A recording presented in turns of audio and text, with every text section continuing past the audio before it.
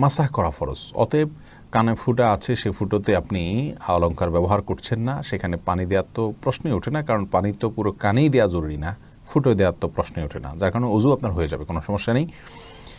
এর সাথে অজুর কোনো সম্পর্ক না। তবে হ্যাঁ, গোসল যখন করবেন, ফরজ গোসলের ক্ষেত্রে একটু জটিলতা দেখা দিবে, কারণ ফরজ গোসলে কান এবং নাকের অলংকারের যে ফুটোগুলো থাকে মেয়েদের, সেই ফুটোয় যদি অলংকার ব্যবহার করা থাকে তাহলে সেক্ষেত্রে নাড়াচাড়া করার মতো থাকলে নাড়াচাড়ার মাধ্যমে সেখানে পানি পৌঁছানো হবে।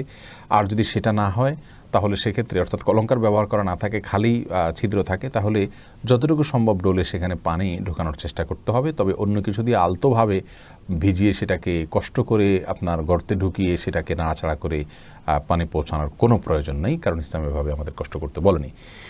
আর সাধারণ অবস্থাতে যতটুকু সম্ভব পানিকে পৌঁছানোর চেষ্টা করতে হবে যতটুকু যায়, এবং অলংকার থাকলে একটু নাড়াচাড়া দিতে হবে। এটা হলো ইমাম ইবনে আবিদিন শামী রাহিমাহুল্লাহর ফতোয়া। তিনি তার ফতোয়াতে এই মত উল্লেখ করেছেন এবং আরও অনেক ওলামা ইকরামের মত এটি রয়েছে।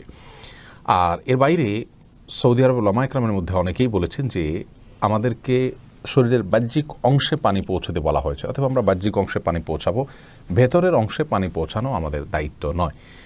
সেখানে পৌঁছলো কি পৌঁছালো না সেটা আমার চেক করার কোনো প্রয়োজন নেই। যেমন মুখে কুলি করতে আমাকে বলা হয়েছে, তো ফরজ গোসলে যদি কেউ কুলি করেন, তার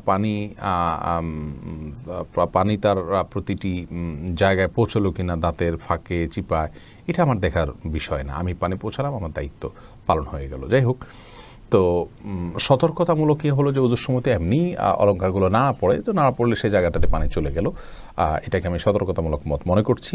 আর সেই সাথে ফুটোতে পানি ঢোকানোর জন্য কোনো চেষ্টা করার দরকার নেই, একটু ভালো করে ধুলেন, তাতেই যতটুকু ধোয়া যায়, যতটুকু পানি যায়, ততটুকু ইনশাআল্লাহ যথেষ্ট হয়ে যাবে আপনার জন্য।